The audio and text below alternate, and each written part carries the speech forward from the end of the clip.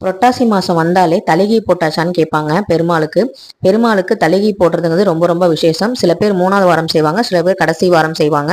நீங்க எந்த வாரம் செஞ்சாலும் சரி பெருமாளுக்கு தலிகை போடுங்க, ரொம்ப ரொம்ப நல்லது. தலிகை அப்படிங்கிறதுக்கு படையல்னு அர்த்தம். தலிகை அப்படின்னா உணவுகள் நிறைந்த தாம்போலம் அப்படிங்கிறது அர்த்தம். நீங்க தலிகை போடும்போது பெருமாளோட முகம் வரைகிற மாதிரியும் வச்சு போடலாம். இதுக்கு 5 வகையான சாதம் தேவைப்படும்.